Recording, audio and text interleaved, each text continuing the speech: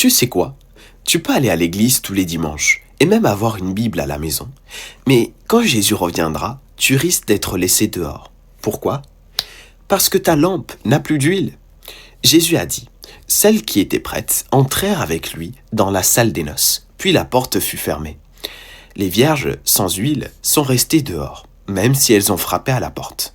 Ce n'est pas juste une jolie parabole, c'est une ligne qui sépare la vie éternelle de la perdition. Mais l'huile, c'est quoi exactement?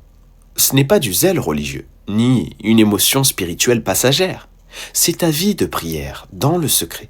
C'est ton désir sincère de Dieu. Et surtout, est-ce que tu entends ce que Dieu te dit aujourd'hui?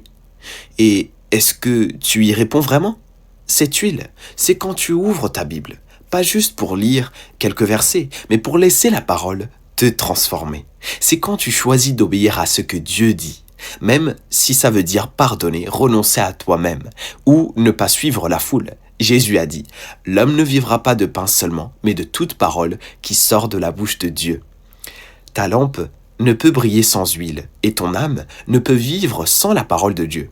Tu dois l'écouter, y croire et la mettre en pratique. Jésus dit aussi, « Voici, je me tiens à la porte et je frappe. Si quelqu'un entend ma voix et ouvre la porte, j'entrerai chez lui. » Cette huile, en fait, c'est « As-tu ouvert la porte ?» Et « Comment ouvrir cette porte ?»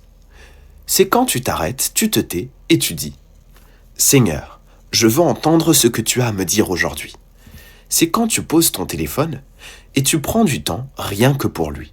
C'est quand tu lis la Bible, non pas juste pour savoir, mais pour entendre sa voix et laisser la vérité t'éclairer. Chaque fois que tu réponds à son appel, chaque fois que tu t'approches de lui dans le secret, une goutte d'huile est versée dans ta lampe. Et si tu continues, ta lampe ne s'éteindra pas. Et quand l'époux viendra, tu seras prêt. Ce n'est pas quand la trompette sonnera qu'il faudra prier en panique, ni quand les autres auront disparu qu'il faudra se repentir. À ce moment-là, la porte sera déjà fermée.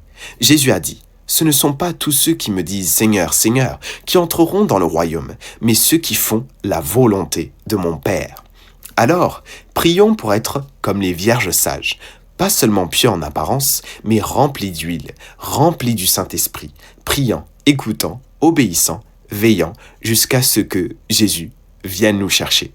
Si aujourd'hui tu veux ouvrir cette porte, laisse un Amen en commentaire et écris « Seigneur, je veux entendre ta voix ». Et si tu veux apprendre à vivre en faisant confiance à Dieu, rejoins notre groupe d'études bibliques en ligne. Clique sur le lien dans ma bio